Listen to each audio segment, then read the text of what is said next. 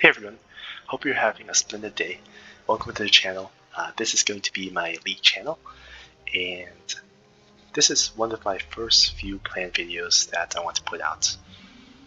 This game, my IGN is Masterclass, and I got put in the Challenger lobby, and this was one of the best games I played. It was a couple days ago, so I had time to marinate and sit on that and reflect. But I was lucky. I got a chance to prove my worth in high Elo. A little bit about myself is I am low masters peak, like around 0 LP, and challenger players that I mentioned. We have Adrian Riven as the enemy top laner. We have Pika or Pika.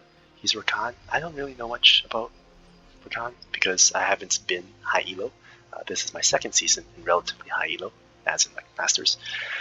So I was originally a top lane main, which I think I was in Diamond Elo.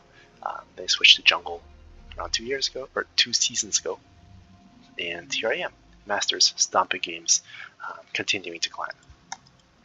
And you might be thinking, oh yeah, also, L0ganJG is the third challenger, but in the game he's on his Diamond Smurf, I think. You might be thinking, why isn't he playing Briar? Well, too bad. I first picked Briar, so joke's on him. But this is his account. I looked. I only noticed after the game because he actually pings me a lot in the game. So that's how I noticed. I actually didn't know in game. I thought it was just a diamond random or a smurf or whatever. I got captivated by Challenger on the loading screen. So these two players are Challenger. I'll play around Rakan. You'll notice. So in terms of the formatting of this video, this is I plan to do a long form type of video where it's just in-depth analysis of the game, just raw footage. Me doing this in one take, and I'll put a lot of timestamps left and right, so you can jump to sections.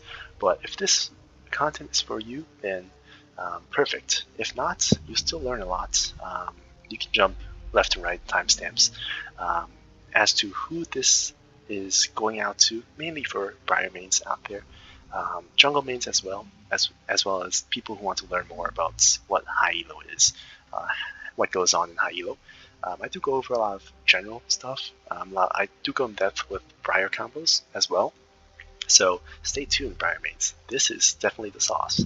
I know for a fact that I'm going to discuss combos that L0ganJG hasn't discussed, which probably means he might not know it, which means that a lot of you Briar mains don't know this combo either. Or combos, plural, techniques as well. So just coming from me, take it with a grain of salt. I'm originally a top lane player, and there are some things I'm going to discuss that, is unique in my perspective. Stay tuned, and there will be eye-opening combos, or at least one of them, which, I'm hoping that Briar mains will evolve with. So I'm not going to spoil it. Just stay tuned. This will be very densely packed. Every minute or so, I'll have something that I'm going to be talking about, and I know you'll for sure enjoy this. So, in terms of the build, I'm going to do an overlay, try and edit later. I'm going to go off the top of my head. I have Lethal Tempo, Triumph, Alacrity, Last Stand. Really standard. I don't want to spend too much time on this. But Domination Tree, I have Sudden Impact, I have Treasure Hunter, just so I can get a lead early. I have Double Adaptive and Scaling HP. This part's standard. Like, you can change stuff however it fits your playstyle. Since I'm a traditional top lane main, I play Bruiser. I love going green smite. That's just my go-to. Now, if you want to pause the video and think about what build path you want, what items you want, I'll discuss it right now. So, build path, I noticed that we have tank Tahm Kench. You have Rakan, who's also a tank. I consider it a tank, but it's mainly like engager, support. He peels a lot, he charms them all together, allows me to do AoE. So perfect. Because I have two tanks, I want to be building a lot of DPS, like DPS Bruiser. And best DPS item for Bruiser? Blade of the Ruined King. It's not a Bruiser item, but you know what I mean. So Blade of the Ruined King really shreds everyone, no matter who they are. And especially good when paired with Titanic, which is my second item. The reason I go BORK Titanic, it's a great combo. long story short, BORK does percentage current health damage, meaning even against tanks, let's say they have 100 armor, they might have 50% reduced damage, it's still going to do a good percentage of their current health, regardless of how much armor they have, unless it's Cassandra, of course, or unless they have damage reduction, like Alistar. Damage reduction, 55%, I think it's rank 1, that's insane. So that's my first 2-item combo. I love going BORK first, it does more damage, and then Titanic offers a lot of on-hit damage, which does very well against squishies. Those two paired together, you just become unstoppable. You have AoE damage, so whenever you hit Alistar, it actually hits the backline with a splash BORK, with a splash Titanic damage. So if I ever ult Alistar, which I'm not going to intentionally ult him, unless it's going to be good, unless it's guaranteed hit, but it'll start splashing the backline. Third item, which basically rounds it out. After the third item, game is over, but it's going to be because of Corki on my team. So Corki shreds flat armor, and that cleaver is certainly the play here. Third item, I shred, I think it's 40% of their armor, and then Corki shreds flat armor after the percentage shred, so basically giving the team free lethality. And lethality is really good when you have percentage armor shred already. That's my core item build in a nutshell. Again, I look more so with my team, what assets I have before I decide to build, but I really do build BORK first item a lot. It's just too insane of an item. So yeah, what else? I think that's good. I think we can get started with the game. So without further ado, we'll set on my vision. And there's actually some interesting situation that happens at the start of the game. But before that, I want to discuss really, you can tell this is a high elo game. Like this is red team, they do a 5-point hold. This blue team, we do a 5-point hold. So from the get-go, actually this is one of the first few games I've seen it. But we have an interesting thing that happens, which is Akali, I think she DCs. She gives first blood without paying too much attention, but I noticed that she died to level 1. So that's what happens. That's what I gotta play with for basically a good chunk of the game. Gotta play around that. Now, a lot of you are probably thinking, about the clear. If you're asking for any advice on clears, it's probably not the channel to look at. Just more so documenting high elo gameplay, some of my accomplishments. If you want to clear, you can look at L0ganJG's channel. He probably has tons of videos. I'm not going to reinvent the wheel here. Go check him out. That's the best I can do. So I expect most junglers to be bad from top to bottom, unless I see otherwise. Even though it's not worded, I can assume that. So I'm expecting a fight around bot side. Now, since mid just died, I actually don't want to fight Scuttle, just in case mid roams. Aurora is currently stomping Akali just because she had something happen that one DC internet went out, whatever. Also, I actually missed it, but in the clear, I messed up. I actually did not do this auto correctly. This is a Bluetooth auto, I'll call it that. But I W too soon. Real high-tech Briar combo for all you Briar players out there. But you can see I have to spend one more second clearing this camp, so a little bit inefficient on me. Check mid lane. Oh, it's not looking good. I go back to clearing. I may have pivoted a little bit, I was just checking, but mainly nothing much there. Now my Raptors is warded, they do see me, because it's not a surprise to me. Kali died level 1, Aurora has time to place a ward. So they do know I'm coming here, which honestly they should expect already. Junglers really path top to bottom. So yeah, I like smiting this red buff, so I have enough time to kill it before I W over, and it's just perfect. And around 320 is the time where I expect enemy jungler to finish clearing and preparing for crab. So that's the time frame I'm looking for. I don't really think too much. I'm just going to position here and just wait it out and see what's going on. Again, Viego knows I'm here. They spotted me on a ward. Bot lane looks pretty stable right now. Nothing's going on. Oh! That's bad. That's bad. Well, it depends on the situation. what if Viego is around here, right? So I see that happen.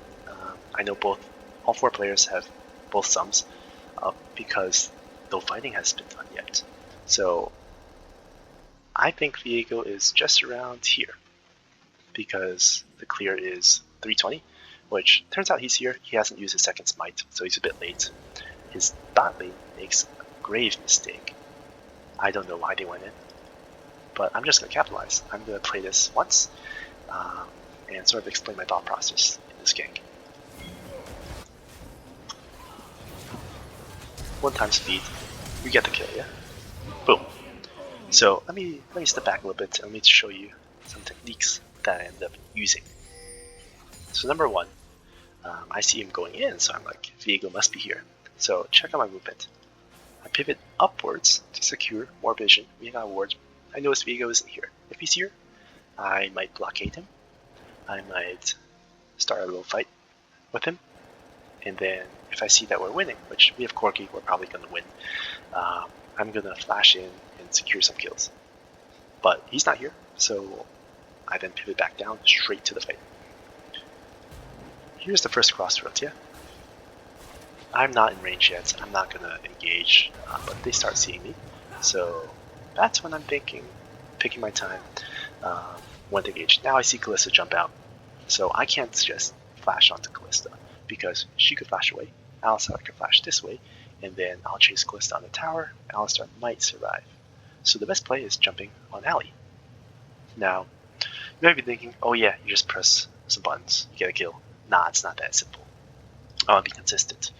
So how can I be consistent in this scenario? Easy answer. Or not easy. Easy for me, but pause the video and think about how you want to play. Obviously, you can't Q until you use W and flash. Now, what order do you use it? Yeah, I've already thought of this before this play. I've already thought about this before this game, even way before this game. So you don't want to W flash. You want to flash W. And why? Because if you W here, both of them flash in that 1 frame. Your W will break. It won't tether onto either of these players. So the more consistent approach is to flash first and then W. So now, do they flash? You saw Alistar didn't flash, so you're actually good to go. But I love playing consistently. That's how I play. I'm a min-maxer. I'm a perfectionist. I'm just gonna spend some time to go over that. I know a lot of players aren't really utilizing that knowledge. Hey, if I get you to think about Briar a different way, that's a win for me. So after that, easy, simple, flash W. Now, my default is W flash. If I can't, I do flash W for consistency purposes. The problem is W is an animation. So if I actually W flashed, I would have Q'd right away. Now because I flash W'd, W needs to animate before my Q can go off. So I'm actually spamming Q here. But it starts going off after this tick timer has gone through the animation. You can see in my UI, boom, so I can Q. And after a Q, I do an auto W, he's dead. Auto buffer W, he still flashes, but it's basically a free kill. Corki has flash up, right? Really, it's just simple. There. Now, here's my second decision that I make. But looking at our vision, I have a sense that Viego is here on the grab spawn. I haven't seen him gank yet, probably because I called dibs and we already won.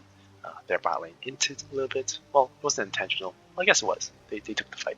So yeah, they inted a little bit. So from this perspective, I already think that I've lost 2 crabs. There's just nothing I do. If Viego takes this crab and that crab, or vice versa, it doesn't matter. I probably don't want to check this crab, waste my time. But look at the time. Crab just spawned. And the timer that I have, I'm really looking at this entire sequence is 4 minutes and 20 seconds. I'm going to be back here at my Gromp. And it's very important for that. We'll get into it later in the game. But I always want to be back here, especially when I start at blue, when I start at buff. I want to be back at my camp at 4:20. If I start Raptors, that's a different story, a whole different ball game. But I love starting camps. Gives me some time to make some play. So 4:20, 50 seconds later. If I recall now, what most Briar players would do, they would walk, check Scallop. This crab is gone, obviously. Veigar has time to do both crabs. And they'd walk here, wait 20 seconds. Right? That's not efficient. So I know I have some time to spare, like 20 seconds. I'm going fishing for a kill. Now, a lot of players will say, yeah, you can't kill this Kalista. Look at everyone's abilities are down. That's where I shine. Right? I go fishing for them to make a mistake. A little bit about Kalista, a little high elo tech. Her dashes, she dashes around her passive. Her dashes are affected by movement speed slows. So if I tag her with red buff, she's slowed. It's easier for me to hit my E. Does it look like I'll hit her before I run into tower? No. So regardless, I'll let this play out, and then I'll E right before I hit tower, regardless if I tag her with an auto or not. Now I'll play this slowly, first time around. First mistake, hitting Corki. Second mistake, hitting me. Allows me to tag an auto. So now I'm like, okay, I can easily E her. Now, just think about how you would have E'd, and my E is just unique. Throughout this game, all my E's were just perfect and on point, immaculate even. But this one, I catch her off guard. Again, movement speed slow. She was 330 before. She has 10% less movement speed. Her dashes are 10% less. And movement speed is 10% less. So it's harder for her to evade spells. It's your responsibility to think about where you want to throw your E. If you say, this box, this rectangle, let me get my mouse here. That's not ideal.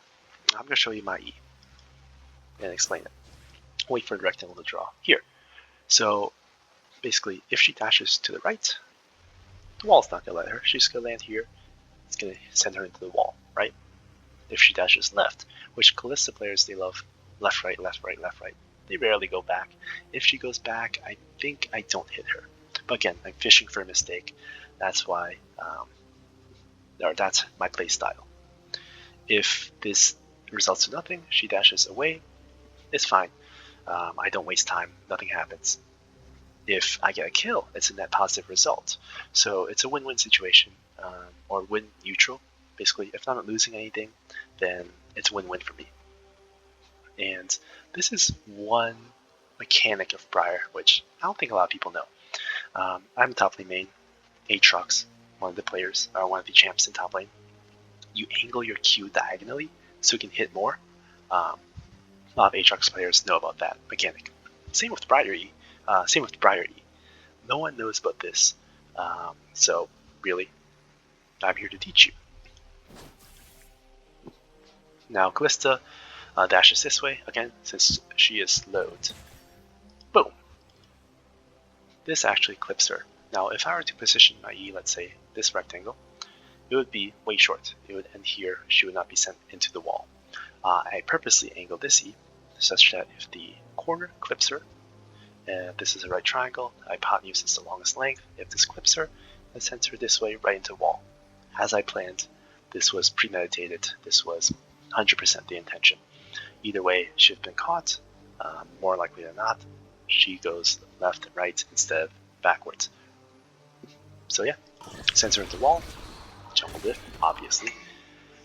Corki gets a Q auto on, and I'm just gonna play slowly.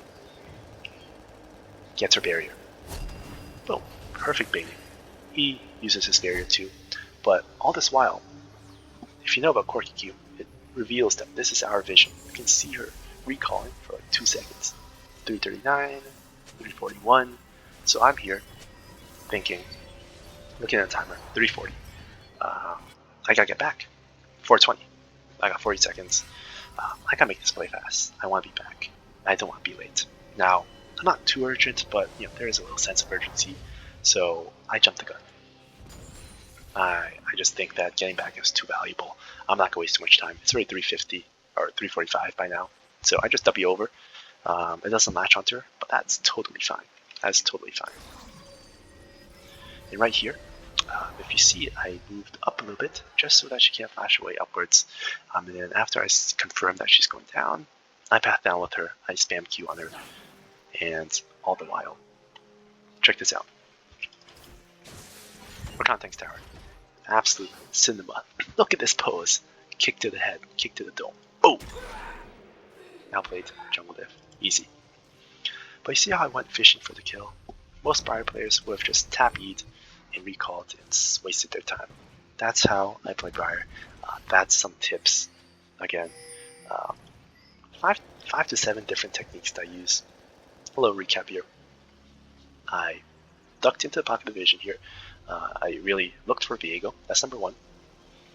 I waited until it was the right time to strike, which, if it was too early, they could have flashed out. But just to be consistent. Number 3, I did a flash W instead of W flash, which a lot of Briar players don't think about. They just mash their buttons. And then after that, I fished for more kills. I looked at the timer. Right, I don't need to be anywhere right now. So I was fishing for more kills. I auto attack slower. I do a very well placed E, a perfectly placed E, immaculate. And just because I slowed her, I'm able to really hit her on the corner of the E, send her to the tower. And after that, it's just my decision. I'm willing to trade 1 for 1 and get a faster recall just so I can be up top here. If Kalista loses his wave and she gets a kill on me, it's worth it for the team. I'd rather not wait for Corki to push the wave in and just take that on my own. As you can see, it turns out to be really important in a couple minutes video later. So yeah, that was it. I'm going to do a 1x speed of the play because I don't think I played it in full. So you can see exactly what I did. I'm going to put my camera on Corki, and while I'm in the picture, I'm going to focus on to myself. This is real time.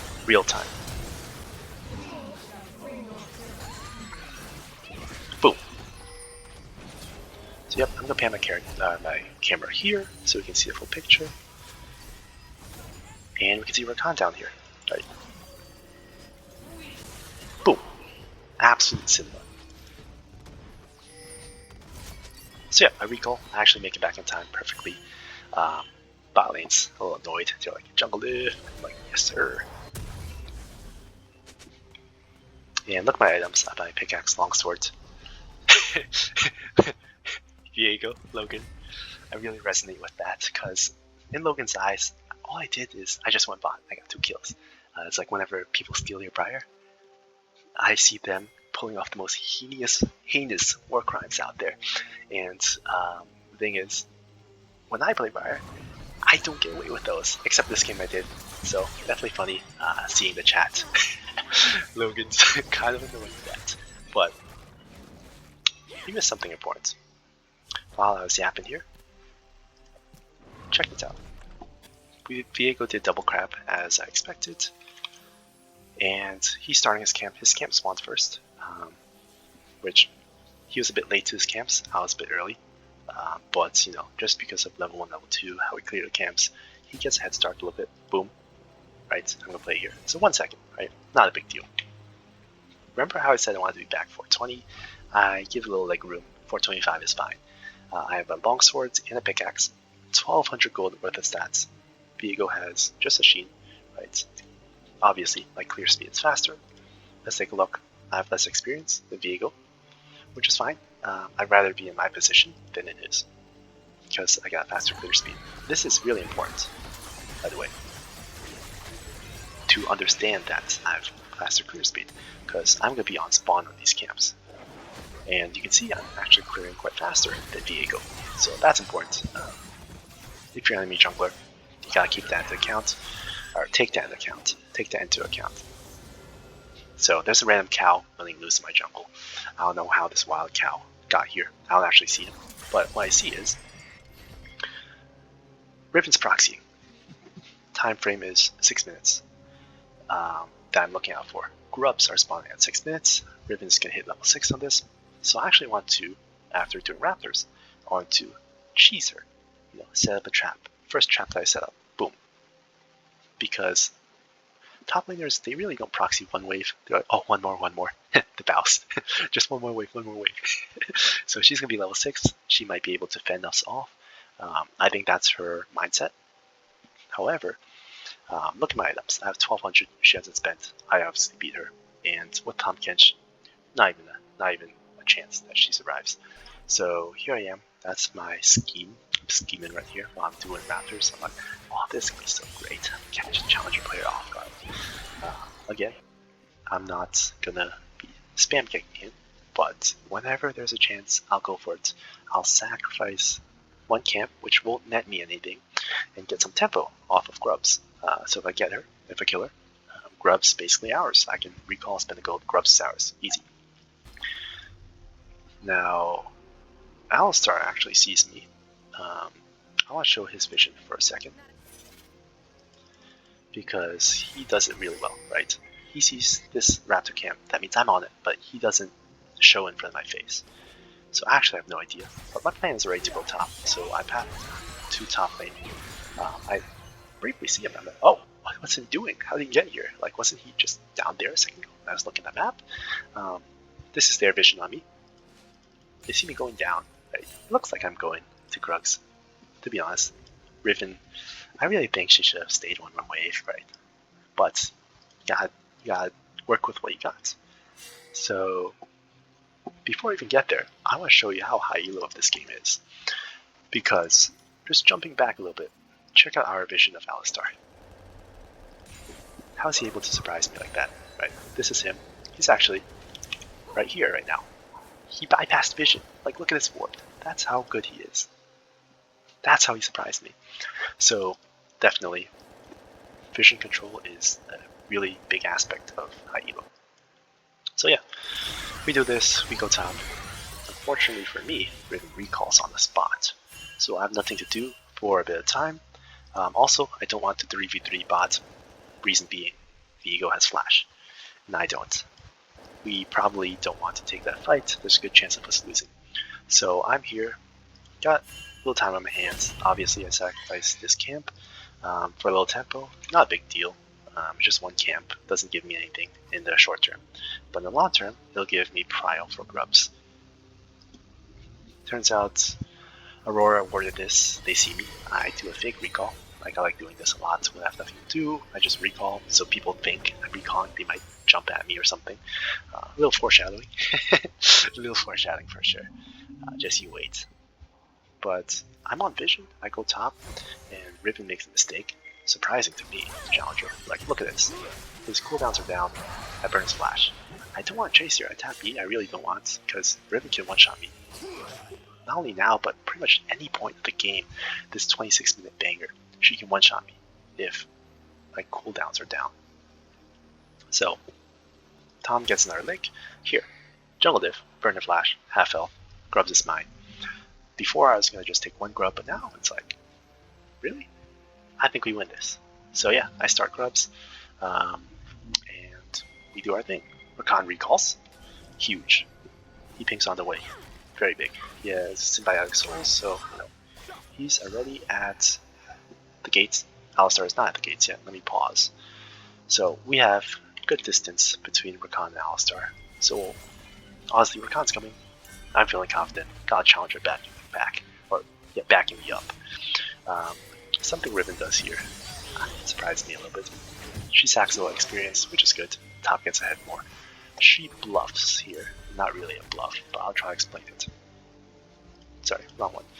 So I think the enemies are right behind her, which is why she's walking up. But at the same time, I can't just W in because she one-shots me. Riven is that good into Briar and that high of a damage dealer, so I can't do anything about it. I gotta walk back. All this while, right, I'm biding time for my team. I hit this Scryer to scout the area. This is my vision, so, you know, looks good. Looks good so far. Very good. Viego smites the grub. Interesting. That's good to keep in the back of my mind. And I get jump scared. Boom. I'm completely cooked here. So I WQ onto Aurora. Boom, boom. As fast as I can. Obviously, Aurora counters me, goes invis, and sends me at the team. A second ago, before she went invis, Ali was here. So tether range W just barely clipped onto Ali. Otherwise, I would have stopped Wing. Aurora would have ulted me. There's a good chance I'd survive because they don't have any sums. So I could, if I have a good E, I'd send them back, and I might be able to survive this. But I'm caught off guard. I don't even get to E in time. It's a bit of my bad. But it wasn't really my bad. I'll explain a little bit why. And let me cope a little bit. So here's what I see when I'm doing grubs. Right, here's me. I'm looking at mid.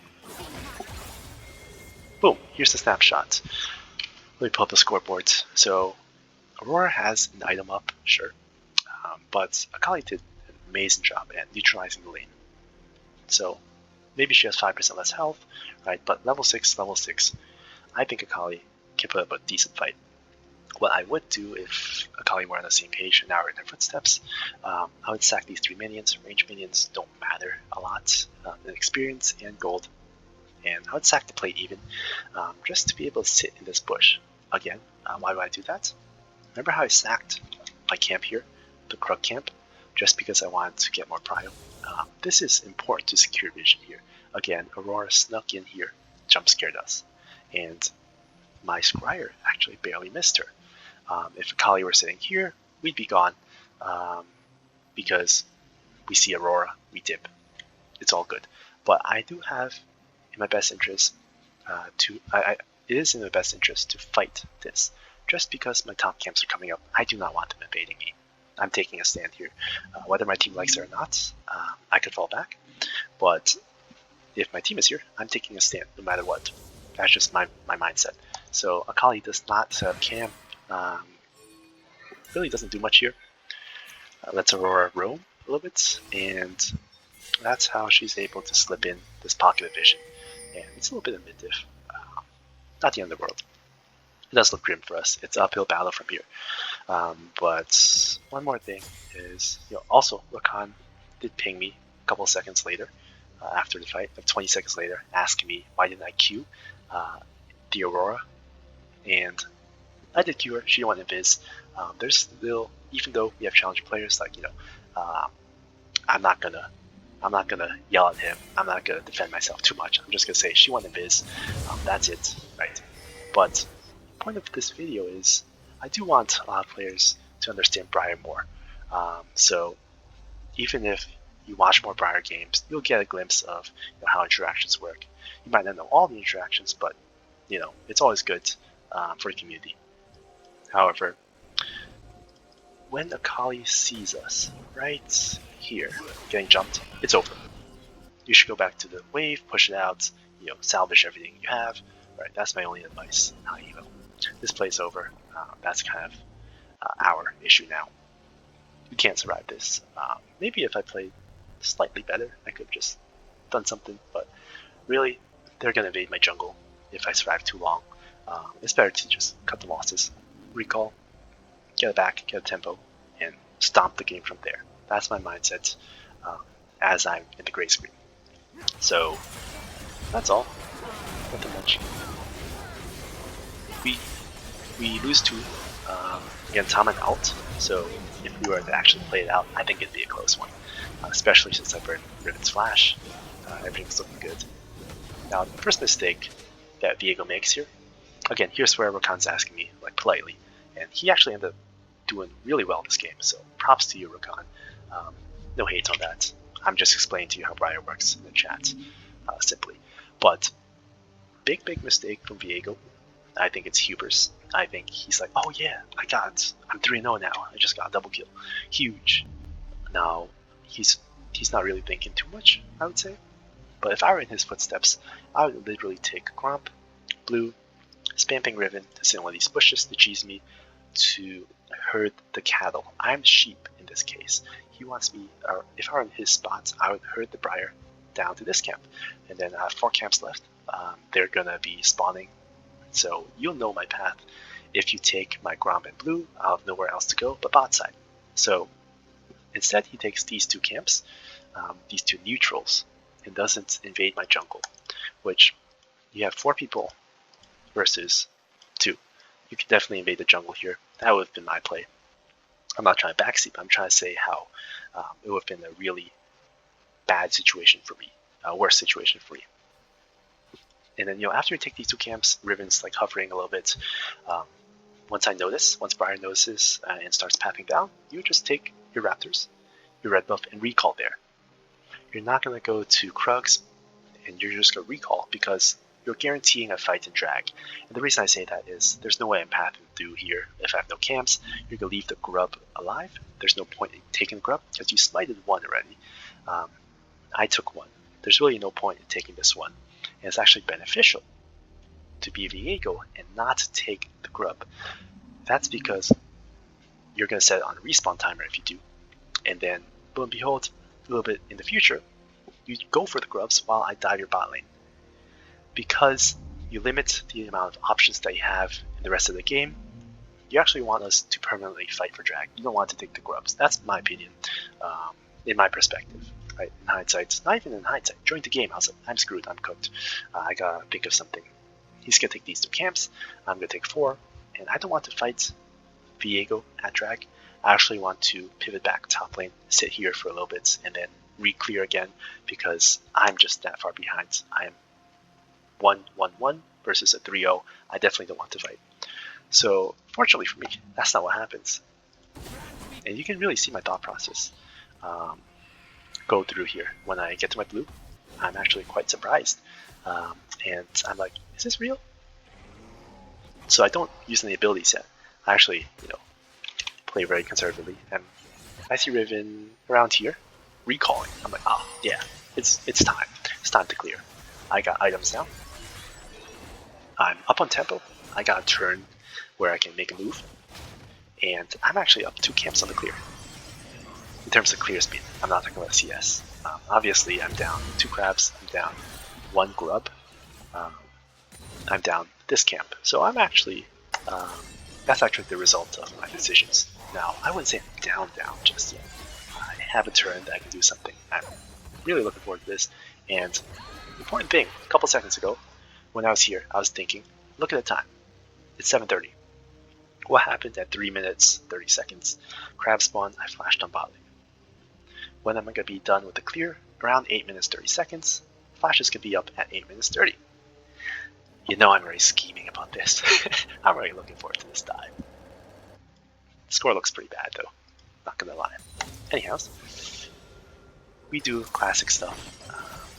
Not much to talk about here. I'm gonna speed this up a little bit, but that's my thought process.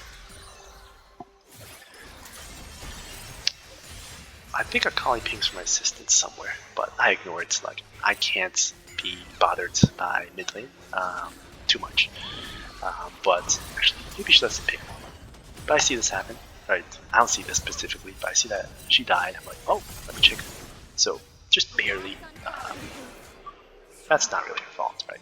That's actually really close. She neutralized the lane. We fought at Grubs. She kind of has to sit through all that. But here, I'm like, yeah, let me just Hail Mary out. My play is still trying to be bot lane, but if I can get this kill, sure, I lose the turn, right? We're back to square one. It's even. I don't get an extra turn. If I don't hit this, I can still dive bot lane. Actually, we do want to continue with my original plan to mess up bot lane. So I sent it over here without thinking too much. Right? Actually, looks like she's walking there.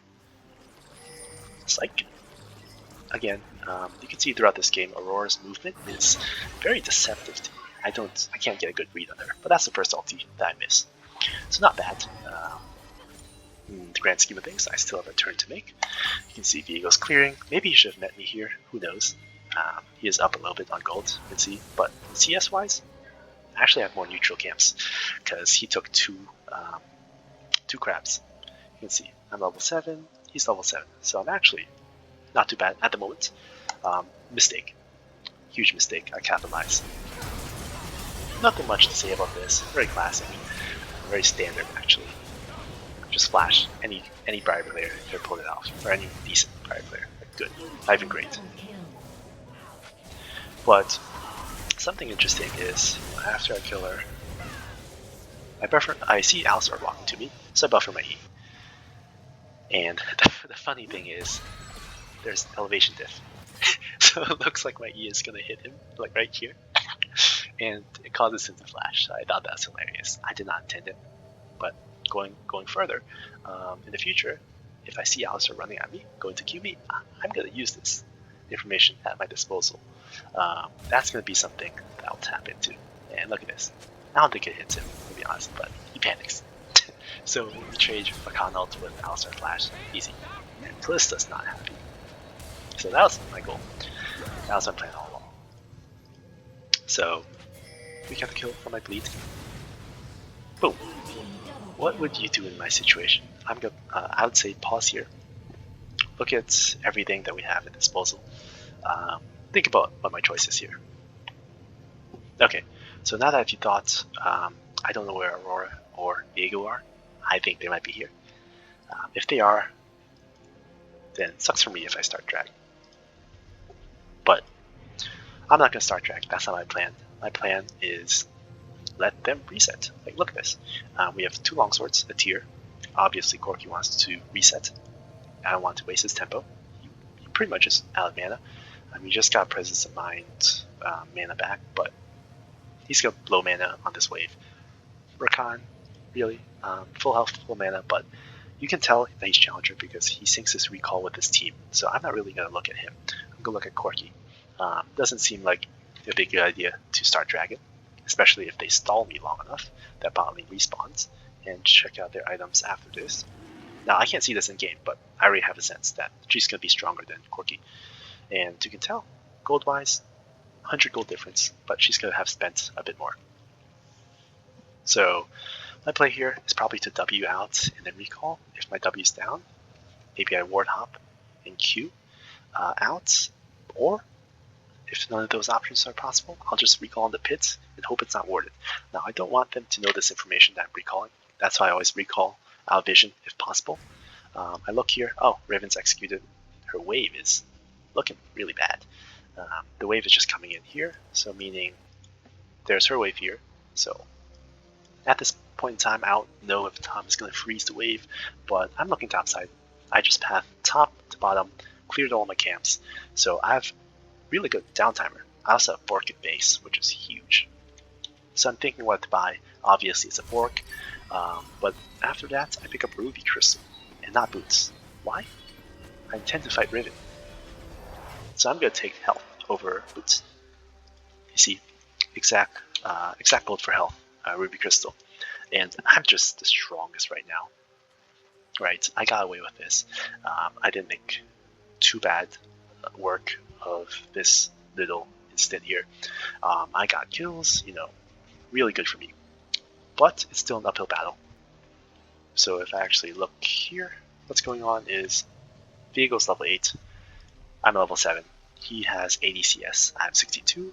A lot of it is just crabs and me skipping this camp. So not too upset about it. Overall, it's great. My plan is to set up shop right here. I click here. I start running towards it. Riven is in base. She executed. And it's a great freeze. Perfect, right? I'm going to really surprise this guy. I'm just looking forward to it. Then I see, oh no, what's going on? Just look at me in the minimap. I'm like, good play by Viego, to be honest. But Rakan's here. So thankfully, Rakan, again, is Challenger. He's right place, right time. You saw how he recalled here.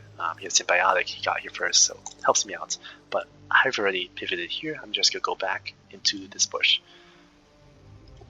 So yeah, I continue walking. At the same time, I'm just looking, just to make sure, scouting for information. And I'm going to set up shop here. And this is just you watch, Briar means just you watch. So I'm pivoting here, right? Key information is I pivot here. Riven's going to show up. Doesn't see me. Why? Because I walk this way. Now, this is really close, right? I'm like, did she see me? Did she not? Probably not. I see that she has shielded. Right here. So now I'm like, perfect. I get to one-shot her, or do a massive combo on her. Now if at time I would have clicked on her, I would have seen that her passive, she has 3 passive marks, meaning she must have queued Riven's use E and Q. If she staggers the Q at this level, she probably has 2 seconds left. If she staggers it well, maybe 3 seconds. But I wasn't looking. I just saw she had used her shield. I didn't know about her Q cooldown. So that's a little extra information. If you really want to min-max your information, that's what you'd look at. You click on them. But I'm just going to play this combo once. I'm going to go in depth about this combo. This is hands down the best combo, practical combo that I can pull off on Briar. So that's it. She escapes. I purposely walk up to here and then feign backwards. So here's the thing, kind of my technique, my tricks. If I want to chase her, I actually wait here and pretend I'm not looping around. If I don't want to chase her, I'm gonna feign. I'm gonna pretend that I'm actually gonna chase her and then loop back. So it's kind of like you're trying to mind game the enemy. So Riven recalls here. Maybe she should have recalled here. I saved some time. But but look at the experience of Tahm Kench. Look at the experience of Riven. Yeah, jungle gap. But the combo. I want to talk about the combo. It's really, really perfect combo on Briar. I pulled it off perfectly. So what's the combo? Let me slow it down. I really do want to talk about this, but the reason why I E here is I want Riven to be standing right on top of me. And this is really important for the combo. I'm going to E, and then as she is flying, I'm going to auto attack her. And that auto attack actually goes off right here. It goes off. You can see my one lethal tempo stack. But before she even gets here, I kind of fast forwarded a little too fast. I want to discuss her movement. So first, she walks downwards, right? I'm not going to fire if she walks downwards. I'm going to wait to see if she gets closer to me. Again, min-maxing one auto. Now I see she clicked directly into the bush. Now that's my green light. Combo wise, E auto. Boom. That's my auto. So this is my auto damage. You see my lethal tempo, the Bluetooth auto attack. This is what it looks like. Absolute cinema. So I'll call this the Bluetooth fast combo. Absolutely amazing. So after that, I W forward. I get one auto. I get two autos. Boom. That's the combo. I Q immediately after. I auto W. Max stack and lethal tempo. This is the best combo you can pull off in Briar. The most difficult one. Most difficult practical one. Unless you build like Proto Belt, Zonias. At that point, it's not practical. So yeah, I want to show it in Riven's point of view, because this is also important in how perfectly execute this is. If you want to replicate it, there are a couple things to look out for. Number one is your items. Since I'm building BORK, I have attack speed, I can weave in more autos. So I really min-max it to the max.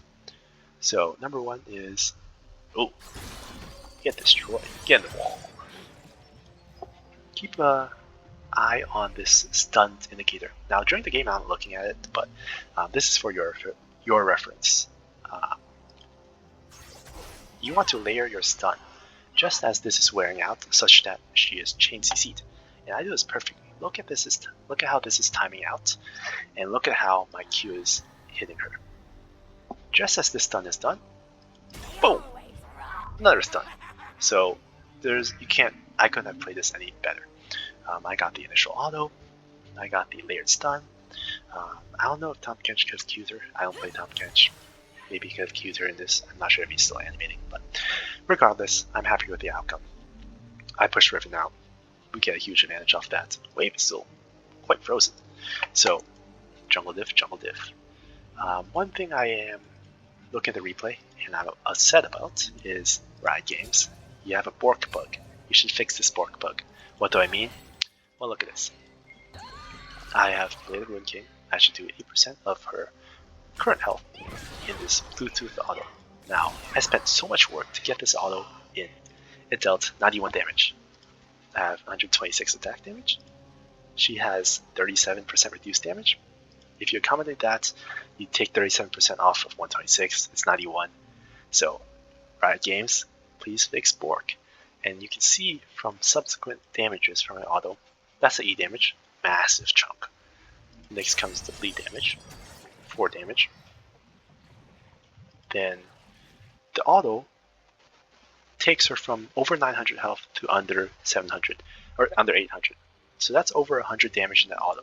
There's no difference between the first auto and the second auto that I do on her. So obviously it's a BORK bug.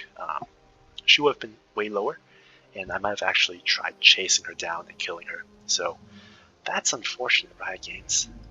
Really unfortunate. But anyways, doesn't matter. I have a clip on Adrian Riven, just demolishing him. Definitely a jungle diff in the top lane. So my game plan hasn't changed. I'm still full clear.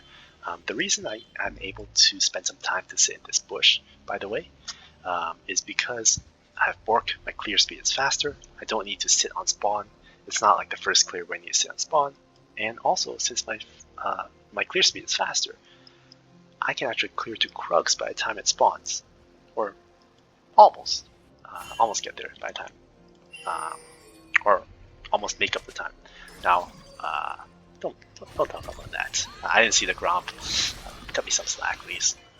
I missed the W. That's all that happened. Whatever. Let's skip that part. But the thing is, I'm originally a top lane main. I honestly don't know that much. Not that familiar with the jungle terrain, so definitely that's a bit of me issue. You can tell I'm not too experienced in the jungle. I missed some things. Oh, what's going on here? Let's watch it again. Aurora is engaging on Akali. So where do I send my ults? I send it here, right? I think that she's gonna leave here, but I'm wrong. She has the ulti here. I should have seen. I completely whiff it. It's fine, right? My game plan was to complete the camps, so I'm back on it. Now, here I'm thinking, yeah, she's very evasive. I can't predict her. I'm not gonna try to aim at her anymore unless she's grouped up. So I'm gonna try to aim at other people. Now, I do hit the rest of my ults in the game, or majority of the remaining ults in my game, so I'll have some tips for you, Briar guys. Just you wait. This is my vision on her. I see she's dipped into pockets. I'm like, okay, she's gone. I'm not gonna bother. Well, she played vision well. Like, hi Elo, do this, and then she shows up here. I'm like, oh, I'm coming for you. I'm gonna skip this Croak camp. It doesn't give me a level anyways. There's no point. I already skipped it. It's down a level. I don't get a lot of experience out of this Croak camp. So let me just pivot over here, sit here for a second. I wonder if Rakan swept the bush. I can't tell if he has swept the bush. So let me rewind that a little bit. I've had tabs on Rakan pretty much a lot of this game. Like I function keys a lot. I use function keys a lot.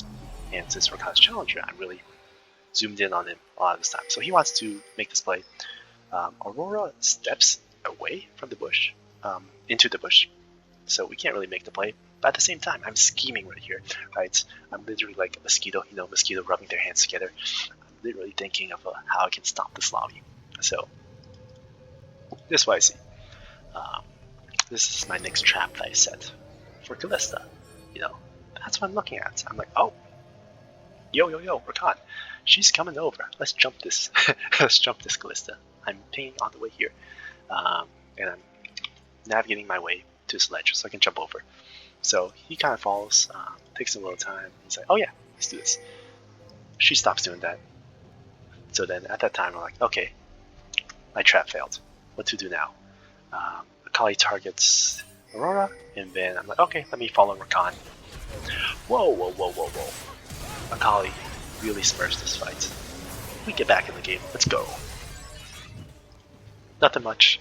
Akali makes up for early game a little bit, but again, Aurora still is an issue. Even before I left the scene, I'm looking at Riven. She's pivoting down. She's not going to mid lane. Mid lane fight is over. She's going to Grubs. What's my game plan? If Riven is going to Grubs, Viego is at Grubs, we just kill 2 mid. You know what's going on. Now is my flash up? Probably not. Flash isn't up. I flashed on her last time. So I'm here to make this Kalista stay horrible. So you can see me ping right after this, even as I'm leaving. On the way, and I'm scouting the area. This is my my perspective. I see both bushes are warded. I'm like, that's gonna be difficult. Rakan scans this bush, right? I'm aware of that. He scans this bush. I'm looking at everything. Mainly in Rakan's perspective, I do that a lot this game. I'm trying to see what he sees, and boom! We have a ward. I'm like, oh. At the same time, looking at bot, right? So I think I mess up a little. I show on. This is 1xp. You see me very briefly. That's me. so they don't pay attention, luckily. But even so, it's worth it. And then my game plan is to arrive at these wards at the same time that Rakan does. And he's hitting the pink ward at the same time, so I'm going to blast cone over. I see the blast cone in hindsight. The plan was just to walk over, but there's a blast cone now, so I'm just going to take it. This is absolute cinema too. Let me show you. Cue the Avengers theme song. Look at this. This is perfect vision control. Look at this. Look at this. You only pull this off in high elo. Rakan, I love you, man. Anyways, how do we type this? Right. I'm gonna pause here. Right here. Well, obviously I pressed W. Like, who wouldn't press W here? We haven't seen much action in bot lane after I flashed on Kalista. She didn't flash there. I looked at logs, wasn't there. So I can assume Kalista has both sums. Now, if she doesn't, boohoo. I just made the wrong assumption, but it doesn't hurt me. Again, I'm thinking of my camps. I just full cleared here. Camps are spawning a little bit. I have some time, but if I make a move, I need to make it fast. And they just secured ward grubs. We don't have any other information, right? That's all that we know. So I don't have to defend my camps just yet. I have some time to spare. Here my goal is to kill Kalista, even if it means that I die. I'm happy with that outcome, because that's my game plan the entire game. Walk bot, flash on bot, kill bot. Easy. Now, I know for a fact I can kill Kalista, even if she has flash. And this is the point where I'm going to tell you a combo that no other Briar mains know of. Or they don't consistently use it with intention. So, just pause the video, think of how you'd play, knowing this piece, all these pieces of information. Okay, here's what I do. I smite her first. She's just slowed for 2 seconds, 20%. Now, she had, how much movement speed did she have? She had 375 movement speed. Sure, whatever. She has 300 after that smite, so that's important. Again, I talked about how Kalista dashes work, how slows work on her. It really works with all AD carries. You want to smite them. Like, if you're facing Ambessa, then you probably wouldn't smite her, you probably wouldn't die for if this were Ambessa. But again, we're talking about AD carries, so even though I mentioned stuff specific to Kalista, it applies to everyone. So I smite her first. Smite in range, boom. Now, I do not Q here. Queuing, almost all Briar players will Q here, and this will result in them dying and Kalista surviving. Why do I say that? Let's say we're in Q range almost now, right? If you're spamming Q, it'll go off, Kalista will flash here, your Q will go off, and next thing you do is you probably W2 bite. If you W2 bite, she auto attacks you, dashes away, she's saved. She's safe, she has barrier. My teammates are too far away. So what is actually the play here? What is this super secret combo that I know of that no one else does? And if you know of it, sure, let me know in the comments. I'll admit that someone else knows of it and posts it off consistently in these types of situations. But I know that people don't pull off with intention. Right? Like, let's say, okay, let me talk about the combo first. You'll know what the combo is. The combo is, I got BORK here. I am going to slow her. I need 3 sources of damage. I'm going to pull off the Briar Burst combo. What is the Briar Burst combo? It's auto attack W Q. And if you think about it, you can pull that off. It's guaranteed, and it's like bop bop bop. You apply a slow. You deal 3 sources of damage in 1 second with just not 1 second, in one time frame, right? Probably 0.2 seconds. Bop bop bop. And the reason why you don't go Q is if she flashes it, you can just QW. That's 2 sources of damage. It's not guaranteed at all. So only the Q is guaranteed on her. The auto attacks aren't. Now, since she's already slowed for 2 whole seconds, I can pull this combo off if she doesn't flash. And this Briar Burst combo that only I use is very specific. Don't use it all the time. Don't use it as your go-to option. I only pull this off in times where I see it fit. In this game, I'm glad that I could explain it. I don't pull it off. Spoiler alert, she flashes, so I don't get to auto WQ her. But this combo, I know a lot of Briar players don't use this because they're very conditioned to Q before they W2. Because, again, Q shreds the armor. 12% armor shred doesn't make a difference on W2 at this level. All I care about is bursting her, doing guaranteed damage. Once you auto W attack, your Q is going to hit her no matter what. It's animating towards her. If you think about it, no other Briar combo does 3 sources of damage at one instance or one time interval. No other combo. So here, take notes, Briar players. I'm not going to show it because she flashes here. But since she flashed, now I can Q. That's my window. Now I don't Q W. I instead do Q auto W. Very important. Some players who just Q W and pray. Again, I have BORK, so leaving in the auto will slow her. She's at 300 movement speed. I'm going to do that Q auto W, which was what default Briar players would have done right here. But I do it later, once she just flashed, once I have confirmation. Q auto W, slower. See, BORK proc, and just channel E.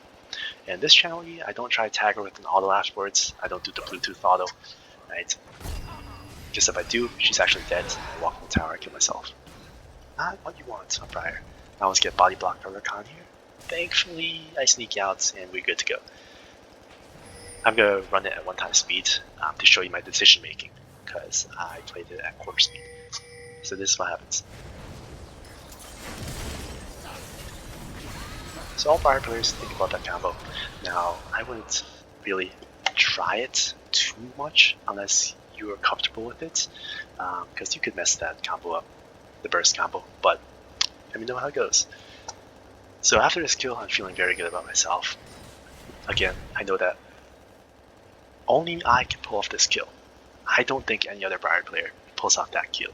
I've watched many Briar players, many clips. They don't do this. Only I do. You can. I guarantee you. If I'm wrong, let me know. I'll admit it in the comments. So after this, Rakan being challenger, he recalls with me, which he's full on health, full on mana, right? At this point in the game, I'm like, this guy's the man, bro. I need to keep tabs on him. I need to understand what he's doing so I can play with him. They could obviously go for the plates, right?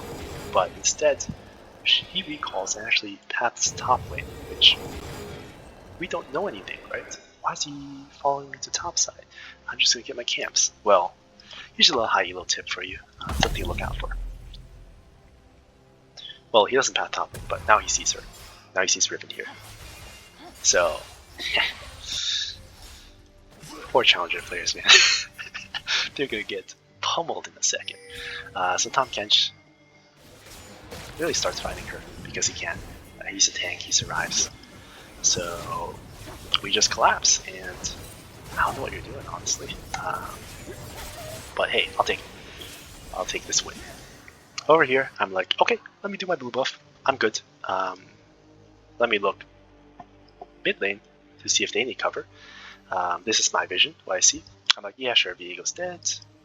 Mid lane, I can't alter.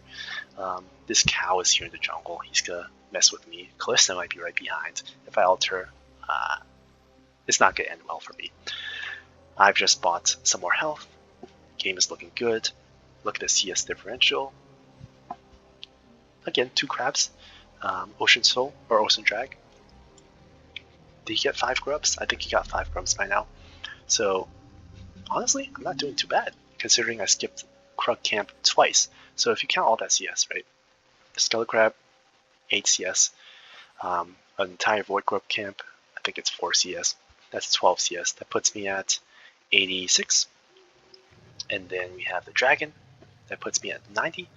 And 2 Krug Camps. That's 98, right? So pretty much, I think I'm more or less around the same, considering the choices that I made this game. Not too bad. I am almost equal in level, right? So that's the state of the game. Might as well just explain the state right now. But that's where we're at. And I missed it. So let me show you the grand escape, or so you might think. So Viego, I think he ults over, and he flashes over, which catches me by surprise. I'm like, he looked dead on my screen a second ago. What's going on? I actually don't see it until this replay, but I'm going to slow this down to explain to you the key pieces of information that we have. This is Viego running away. He sees Rakan, yeah, for a brief second. This is me. A couple seconds ago, I actually did not have ult, so I wasn't able to ult him there. My ult's coming back up. I'm surprised that he escapes. So here I'm thinking, how do I ult? Yeah. So that's basically my decision. I see Rakan sees Viego, so Viego probably sees Rakan. In terms of vision, they probably see each other. There's a blue ward, so even though we see Viego, he might not see us, but I'm like, yeah, I think he knows we're chasing him. Akali's positioned to run into the jungle. Maybe she's gonna E over. Yeah, that's exactly what it looks like she's gonna do. Now I don't know that, if she has E or not, but I assume that's where she's headed. So, question for you Briar players, pause the screen. Where would you, pause the video, where on the screen would you aim your ult, and why? Okay, I'll tell you what my thoughts are. I think that Viego sees Rakan here. So he's going to start running away. Now, is he going to run to tower? If he runs to tower, he'll take this route, yeah? Let me get my mouse here. He takes this path. Now, is he really going to run to tower? We're chasing him. We're herding the cattle away. So Rakan's pointing him this way. We can kill the wave. Rakan can shoot the, I think it's the Q, to poke Viego under tower, so we can't really recall here safely. We're just going to dive him if that's the case. Sure, if he goes this way, then we just dive him. I'm happy with that scenario. More likely option is he's going to hug the wall here. What I think he's going to do is actually most probable situation or scenario is he's going to hug the wall here and go back to his jungle. Now, why did I say this? Do you remember when I said my blue buff's coming back up? That means my Gromp is coming back up. Is for every time you clear Gromp twice, a blue buff appears once. That's just the timing of jungle if you clear efficiently, but obviously I haven't been efficient. The Gromp is still up. I made a play on Riven here, that's why. So I know Viego most definitely cleared top to bot as well, unless proven otherwise. So his camps are coming back up. Also, I forgot to mention this in the replay, but we saw the crabs taken. Rakan was pinging Mia on this crab as Viego took the bot crab and is going to the top crab after we got the first blood kill. Not first blood kill, but bot lane kill. So I have a hunch, like I'm 95% sure that his camps are coming back up here. And lo and behold, they are. So I think Viego's going to take this route, hug the wall, because Viego players, right? By what I mean is they like hugging the wall because their invisibility, the shroud thingy. So he's going to go here. He's going to take this sharp corner up top. That's the most probable reason for me, or path for me. Now, he could be taking this route, he could be taking this route, but I don't think so. He's being tailed, he's being chased. So if he's going this route, the best place to hit him is when he's taking this corner. If he's going up, I'm going to be aiming here. I'm literally going to be aiming here. I ping on the way, and it's a bullseye. It catches him on many different paths. Because his jungle is up. If his jungle isn't up, I'd wait a bit more. Ping Rakan to chase, just for more confirmation. If I'm not confident enough, I'm not going to shoot my R. Because, look, I could hit R on her instead. She's much closer. This is one of the points where if I'm not clearing the jungle, I really care about when I use my ults. Before I've shot like Hail Marys at Aurora. I missed twice. But here, I'm looking for a kill. I want to kill. I don't have anything else I'm playing for. I'm not playing for bot lane. I'm not clearing to bots. So I don't have a backup plan. If I use my ult, I use my ult. So yeah, bullseye in 3, 2, 1. On the way ping. Boom! Easy snipe. I know a lot of you Briar players want to play that ult that way. A lot of things I do in this video, the ults I hit. So good Briar players, they aim at choke points. So for example, here, all choke points. The aim where the players are going. Great Briar players and above, they aim at choke points, looking at how their team is positioned as well. So if you have someone who is threatening to walk at enemies, they're going to walk a specific way. So that's how I do it. That's how I aim my ults. That's how I think I have above a 50% hit rate on my ult this game. Maybe, I'm not going to spoil the actual number, but around 50% plus, including some Hail Marys I throw. So obviously I take a camp. I can't be bot lane in time. I have to, or I want to full clear. I'm looking at mids, I'm not interested. She is very deceptive. I can't really get a good hit on her. So yeah, I'm going to be clearing now. Also, I noticed that it's already been an hour in this recording, so this could be longer than an hour. This could be very educational content. But stay tuned, there's still more plays to be made. We're only, it wasn't uphill battle, but now it's not. I probably have Titanic at base very shortly after this clear, which is why I'm clearing. I'm going to speed this up a little. There's nothing much to talk about, to be honest, about this gameplay. But also, look at my jungle, how it's worded.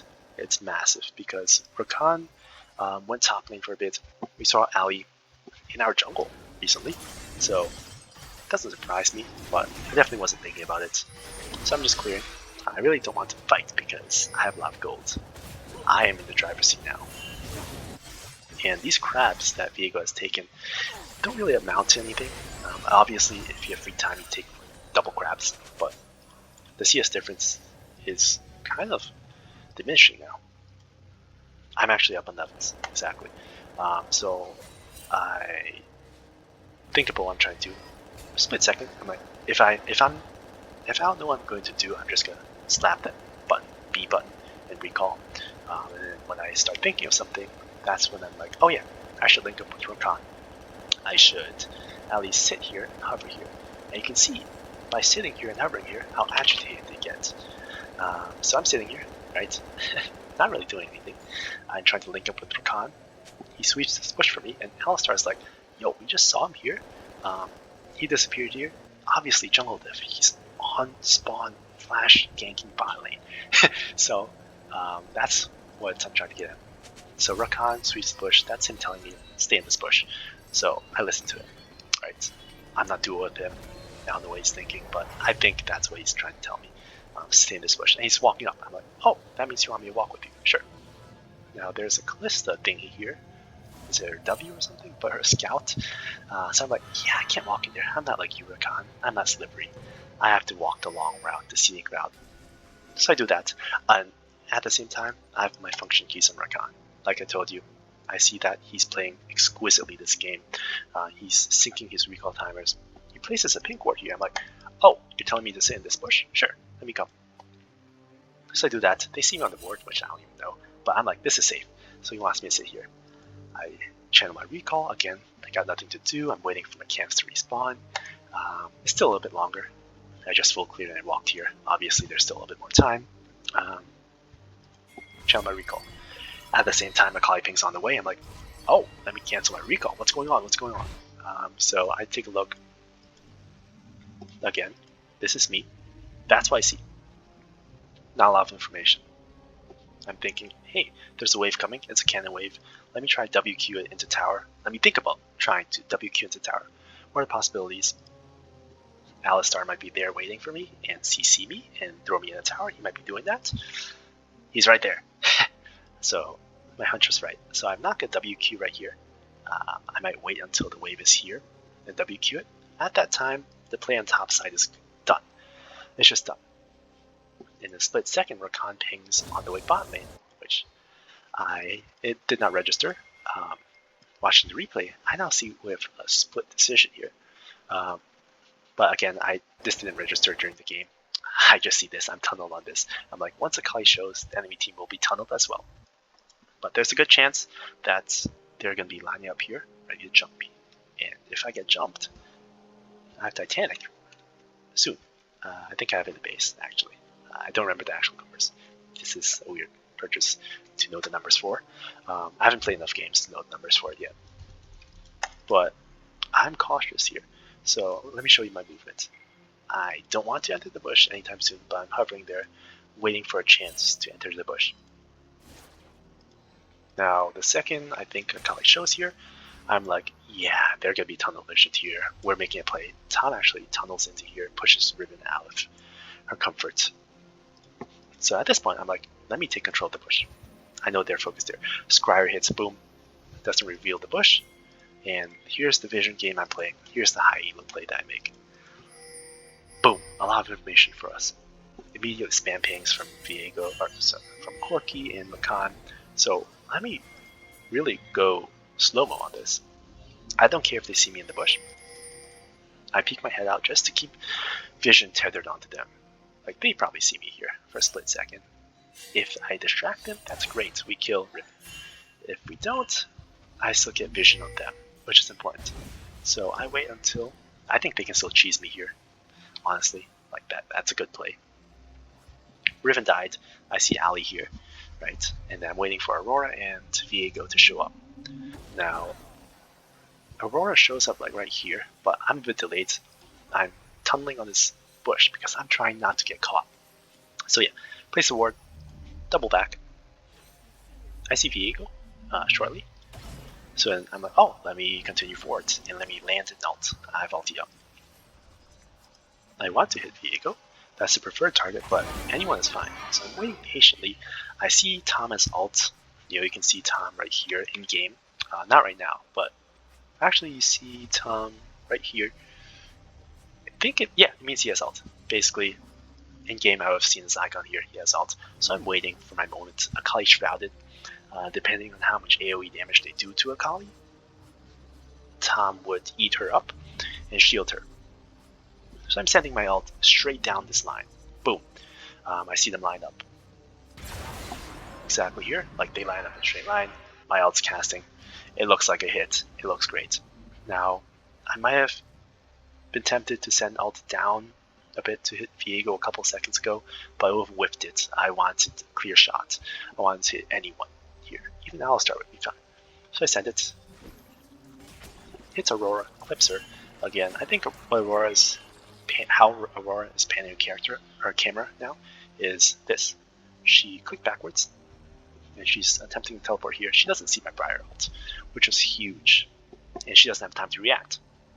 This is 0.25 speed, so it hits her, and I get a Briar ult into their team. So this is one, right? There's nothing they can do. I fear Viego. He's probably pissed. I WW, and Akali turns back in, which she doesn't have to. Trades 1v1. Doesn't matter. I kill her. I do some style points. This is hilarious. I flash. I stun the Tom Kench. Oh, that's so funny. Tom Kench's like, whoa, bro, chill out. He didn't say that. He can't do it. Alistar headbutts me. I'm waiting for Alistar E so I can throw my E, because they might try to one-tap me. I haven't bought the Titanic yet. I haven't bought my tank items. So I tap E. Notice that they're actually scared of me. I smite, I W, try to kill him. He flashes. And here, I'm like, oh, objective's up. Let me step in his pocket. Let me recall, not on vision. And we're good. Tom lands a Q stun on Alistar. We kill him. But I'm already on the way to Dragon before anyone is ready. So split second decision. I'm like an executive decision right here. Yeah, let me back. Let me get Dragon. We have 3 down, so obviously it's free. I buy Titanic huge.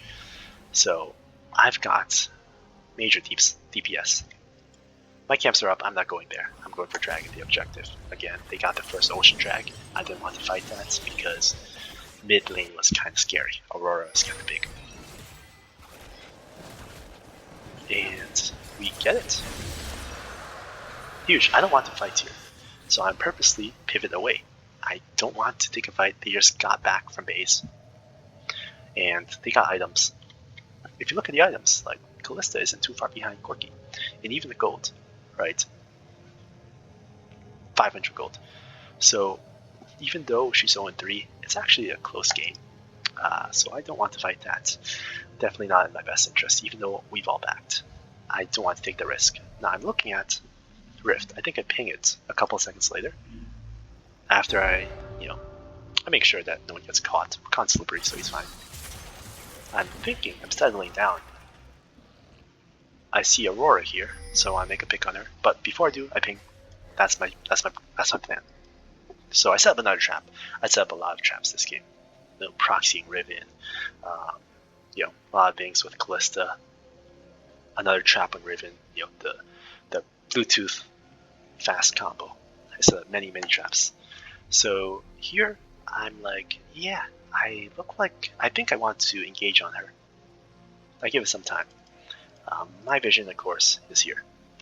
This is what I see. Boom. 2v2, we don't win. Riven one-shots me at all stages of the game. Unless I build like Sterax or something. And Akali is like on assistance. She doesn't see Riven yet, but I ping retreats. I'm like, nah, that's not the fight we want to take. So, again, I'm going for Rift. I skip Krugs. I haven't been taking Krugs this entire game, which sucks because it gives a lot of gold. But it's under-leveled. I don't need it. 3 camps into Rift is the best play. That's some personal decision of mine, which I think is perfect decision. So yeah, I clear into Krugs, nothing much. Here I double take because I see Rakan like looking for something, but I'm like, no. Let me just continue. So it's still pretty efficient. I don't waste much time. And Q mistake for Viego, number 2, I think. We have this Warden, so I'm like, okay, let me pause right here. I'm thinking, should I ult? Riven's closer, she's got Prio.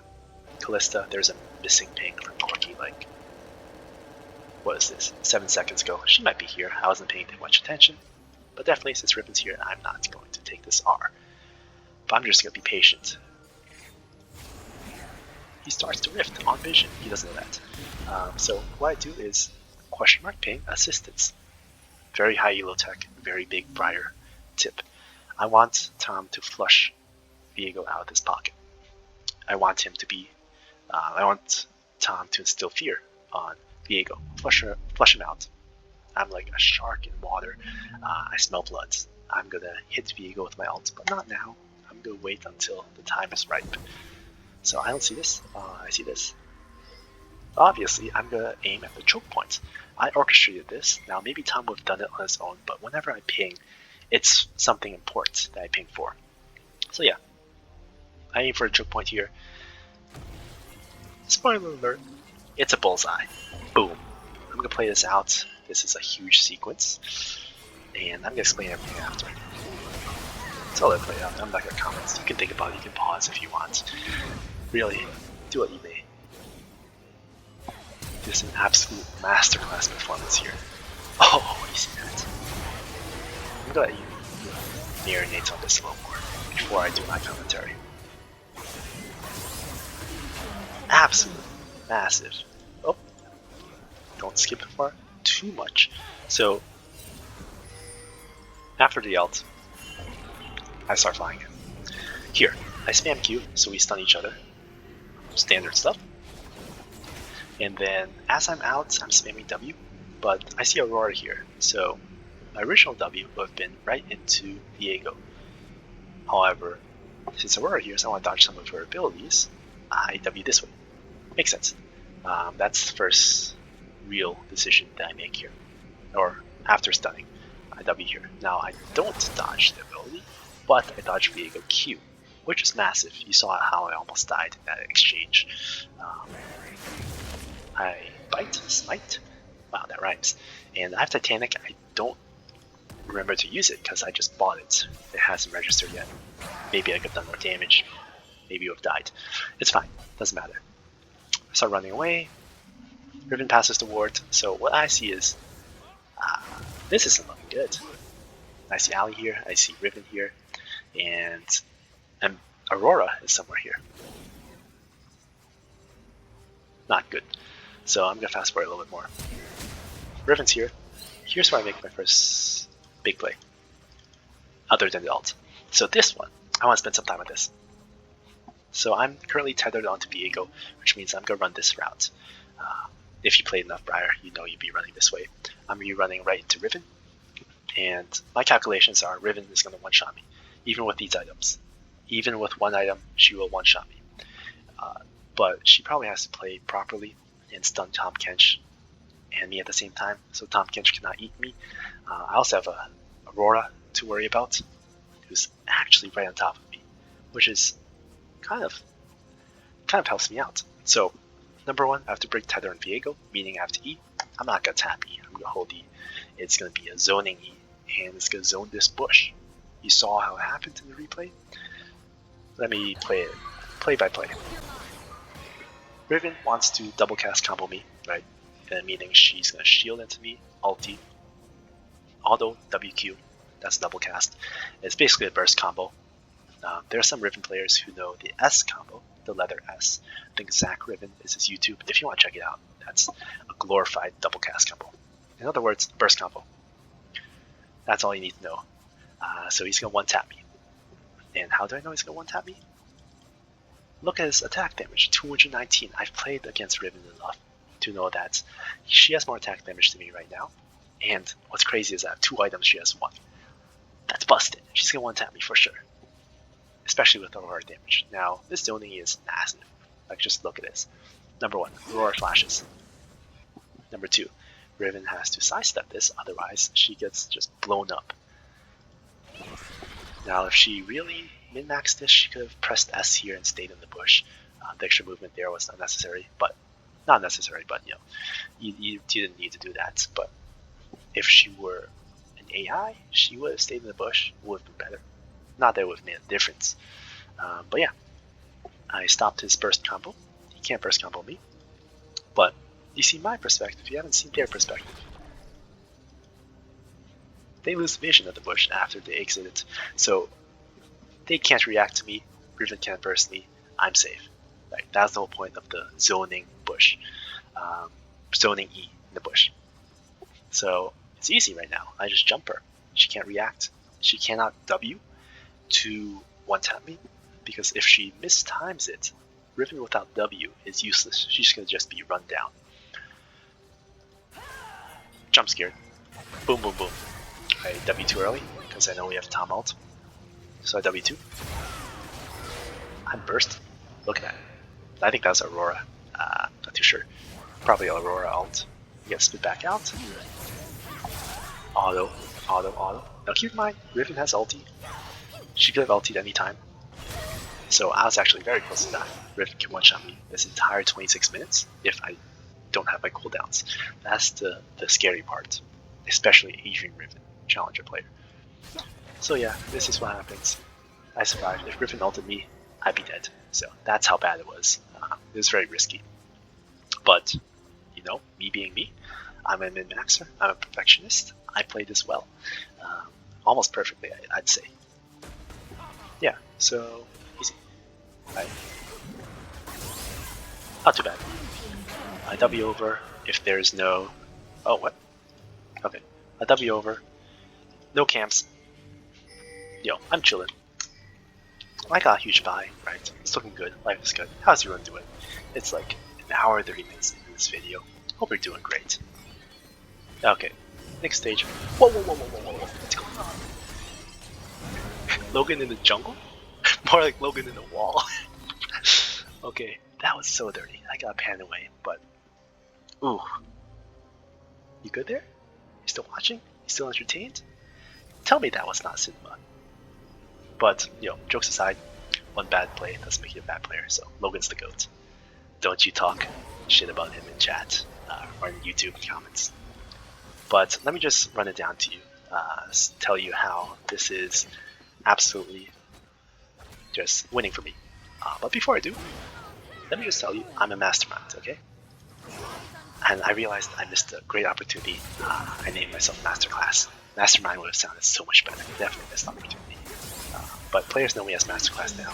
Probably had dozens of games, so if I want a name change, maybe one day. Now, remember how I said Rakan, I'm all tapped to him all game because he's performing well. I see him scan this bush. So right now I'm just scheming. I'm not letting hubris take over. I'm not like, oh, I just made a great play. Best play of my life. It wasn't the best play of my life though. I just made a great play. One of the best plays in my life. No, I'm here thinking about how I can take advantage of everything else in the map. And what I see is, here, Rakan scan the bush. I don't ping the ward. I'm usually the first one to ping the wards, but I don't because I don't want people knowing, my teammates knowing. I remember Viego was one hit, and he was here. I didn't see him on the map again, so I don't know if he recalled. Now, in my mind, there's like, there's a 20% chance he's still here. 20% chance he tries to cheese me here, but it's my trap, not him. I'm literally like Lelouch from Code Geass. I'm the mastermind here. I know it's worth it. I'm gonna sit in here and bait him out. His camp isn't up, so I got nothing to do. This camp is up, but I actually couldn't tell. Like, I wasn't looking here, per se. But I know this push is worth it. Let me recall. Maybe I'll cancel it since my team is still on the map. Right? So we talk a lot about tempo lines, how if the team is still on the map, we stay on the map, right? That type of stuff. So yeah. Easy bait, easy bait. I do this all game. I set up so many traps. That's my playstyle. And traps work like 30 to 60% of the time, so it's not bad. But here, Viego never wins. Just never wins. Now I react. You saw how I reacted. I actually see him channeling his stuff.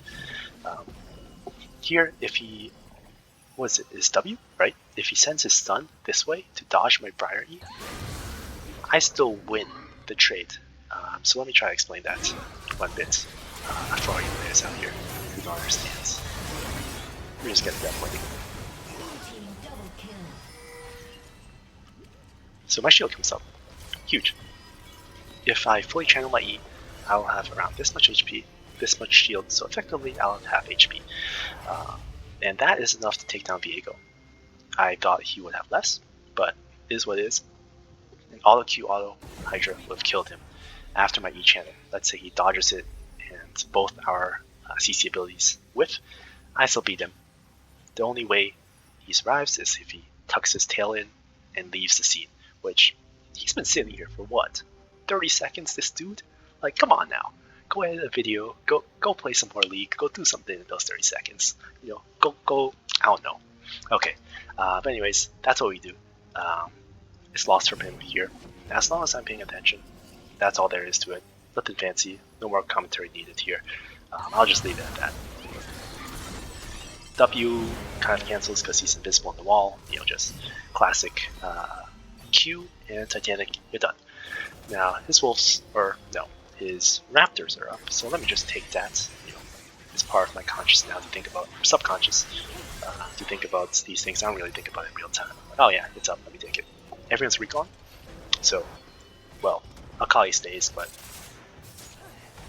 she survives somehow. She flashes over the wall. Now, I'm thinking, right now I'm just looking at the game state. Almost at BORK, or almost at Black Cleaver, which is huge. I see my camps coming up, so here's my vision. Here's what I see. So I want to clear a little bit. Get ready. Dragon isn't spawning. Rift? Or is that Baron? No, that's Rift. Yeah, I'm just gonna clear. I see Aurora here. Riven here. 1-3-1. We have 2 here. We're not gonna get killed instantly. I have time to pivot over if I need to. So I'm just gonna full clear. 1-3-1. Aurora disappears. She's there still. So we're safe. No need to do anything. I'm just looking at the map. Nothing's really going on, so I'm not gonna pan there in the replay. And just full clear.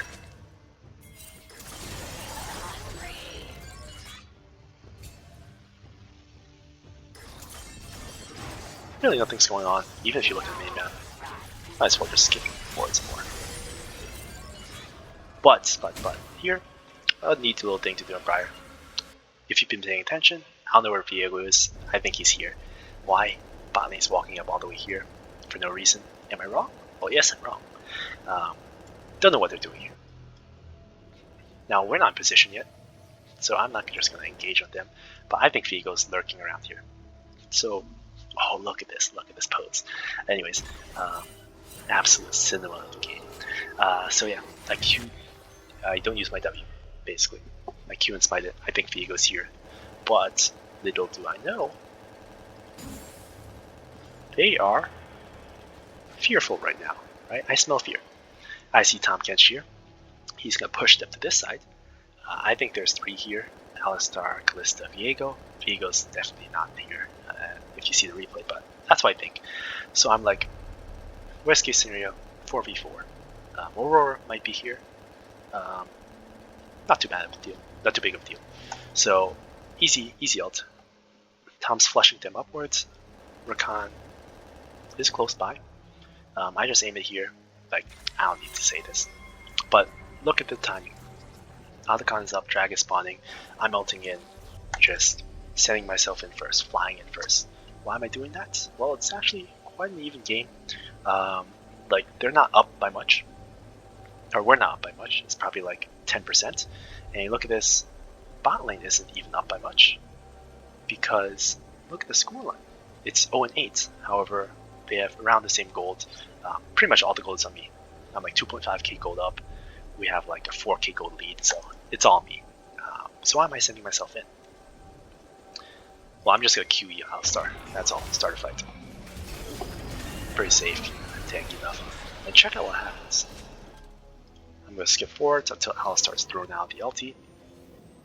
100 seconds. Cooldown of his ult. Both of them ulted, by the way. Not good coordination on their end, which happens. We have 140 seconds of Kalista ult. So 100 and 140. Mine is 80. Doesn't even matter that I burn their ults. But honestly, we can just secure it. Secure Rakan. And the fact that they're scared right now, they don't have ults, they just recall. They don't know what to do, right? Doesn't matter what they can do. This is ours.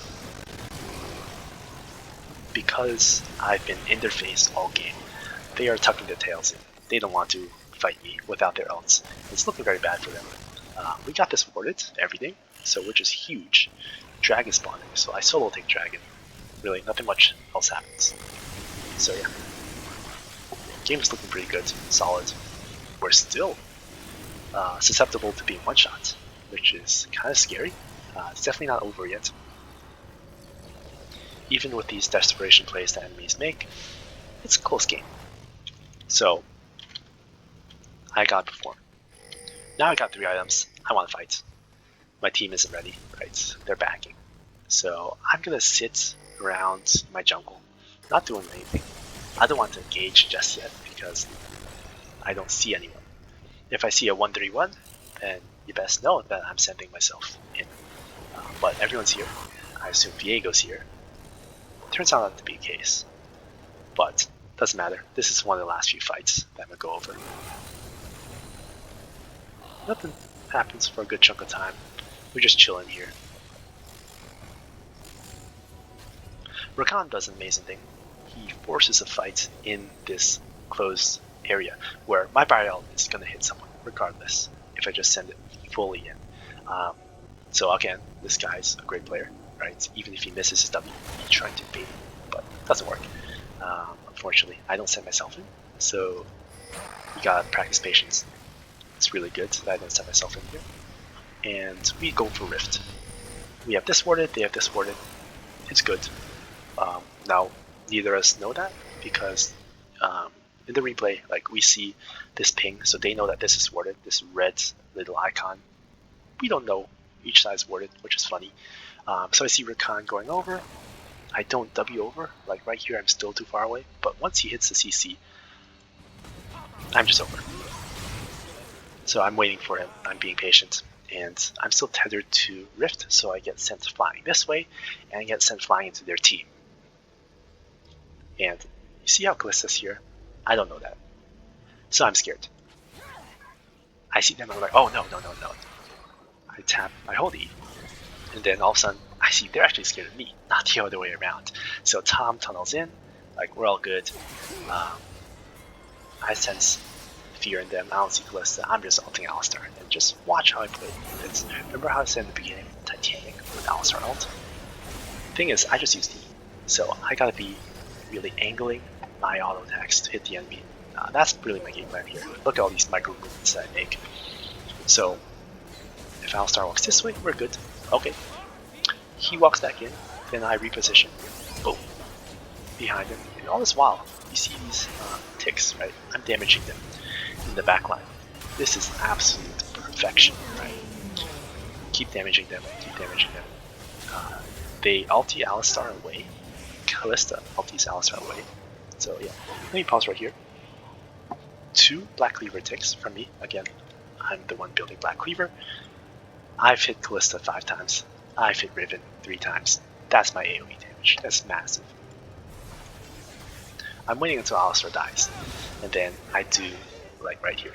Boom, he's dead. I do a huge Zoning E on the Riven, so she can't actually one-tap me. She has to E away, otherwise she's screwed. And then, you know, fear in the water, right? I'm just gonna W it, end the game, get the fight. Nothing much.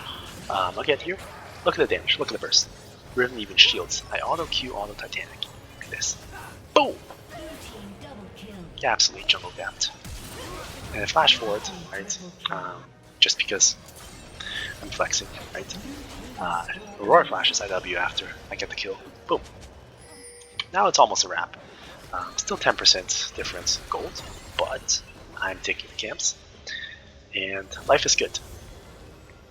Tom's like, oh yeah, I got triple kill, yeah. Again, I played top sides a lot. So I'll take credit where it's due. I helped him out. But definitely, I love playing with Tom. It's basically like Tom and me versus the world. Again, Rakan's here, but you know, he's just another mastermind, part of the plan. Kali's neutralized it decently, but overall, like, great performance. I enjoyed this game. I enjoyed playing with these teammates, but there's still one more fight left to go. It's absolutely hilarious in my opinion, but I didn't play the fight well. Spoiler. Let's go do it. Right here I'm farming. I got nothing to do, right? I'm still waiting for things to happen. I don't know where the enemies are. Now, there's a little something happening mid. And we see 131 again. That means, yeah, let me just attack this, right? Now I'm not too pressured yet, because I know that my team can win the fight without me. But here's what I'm looking for. Again, Briar ulti. Tom Kench is tunneling here. He's flushing them this way. Just draw an arrow through them. So he's flushing them here. Rakan is here, flushing them this way. Now, they didn't have time to dip into this alcove or this area because Rakan was hovering this side. They couldn't go here. So obviously, it looks very clear to me. Again, hallmarks of a great Briar ult. Aim it here. Boom. So that's exactly what I do. I ping it. I'm on the way. Get me in there. I don't miss these ults.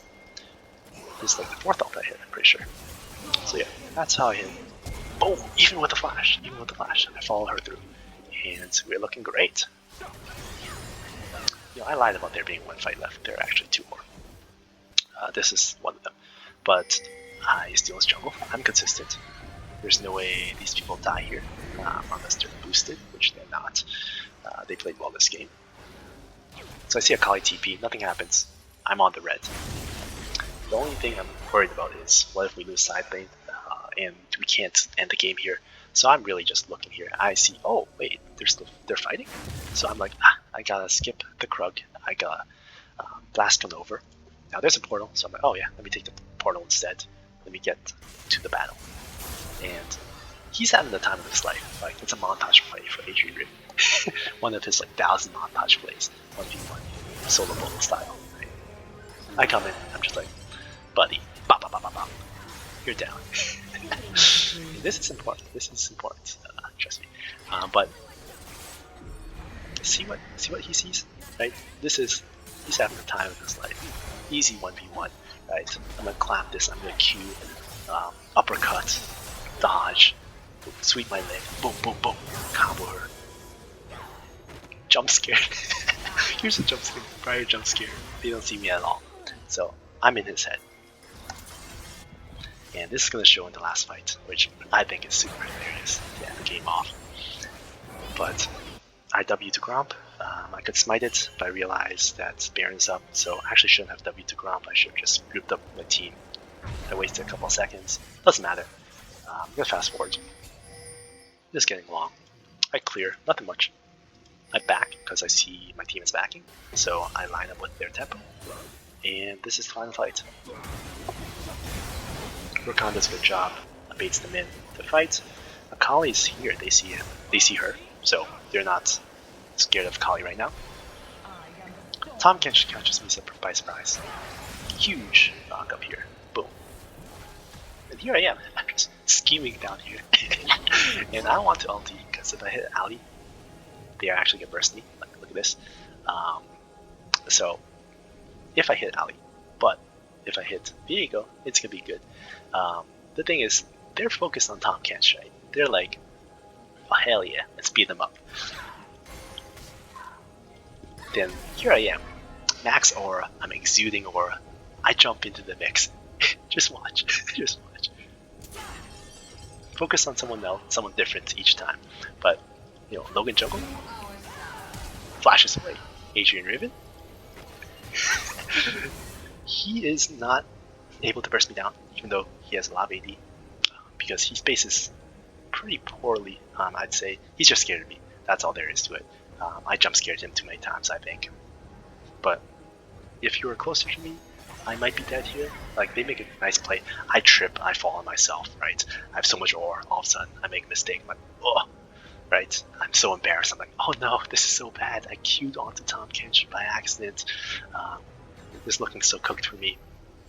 And I'm like, call an ambulance. But not for me! They just send Viego straight into the wall. Get in the wall. Logan Jungle a second time. Karma. Sent too many people in the wall. Now it's your time. Get a taste of your own medicine. Yeah, that pretty much ends that way. You know, I ulti for good measure. I do this a lot in games, where if we get 3 kills, right, I'm just gonna send my ulti.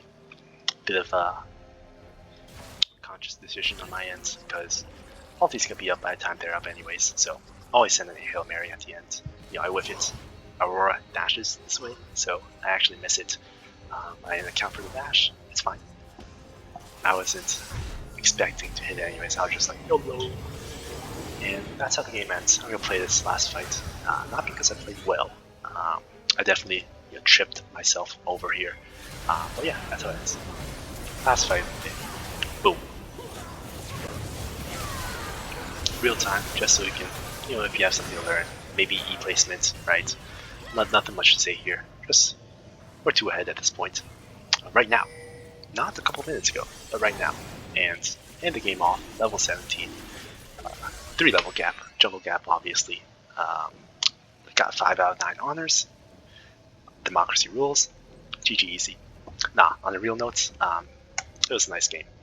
There are not many mistakes, but I just played too many traps for the enemy. They couldn't recover from that.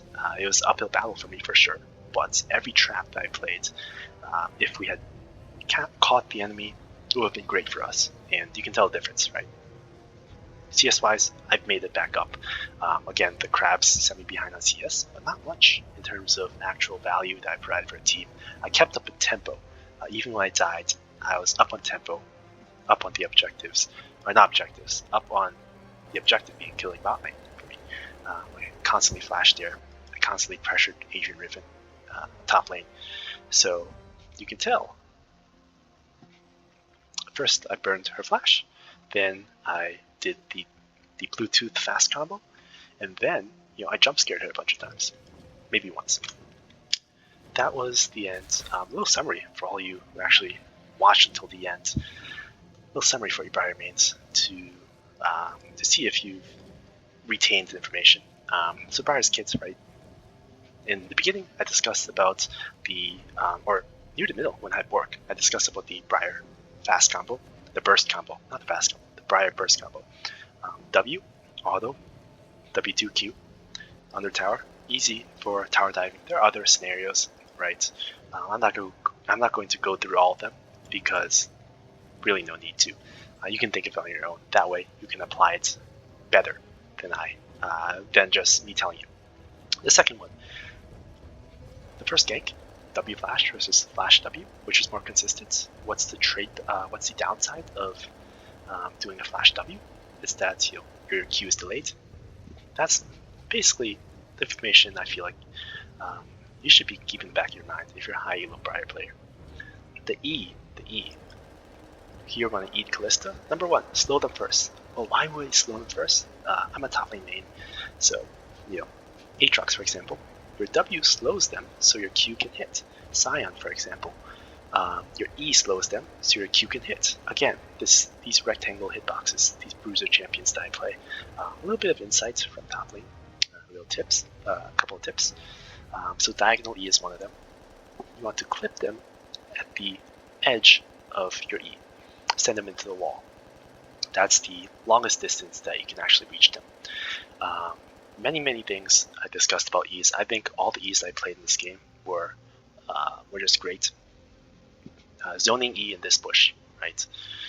I did the E combo here. Right, talked about this a lot.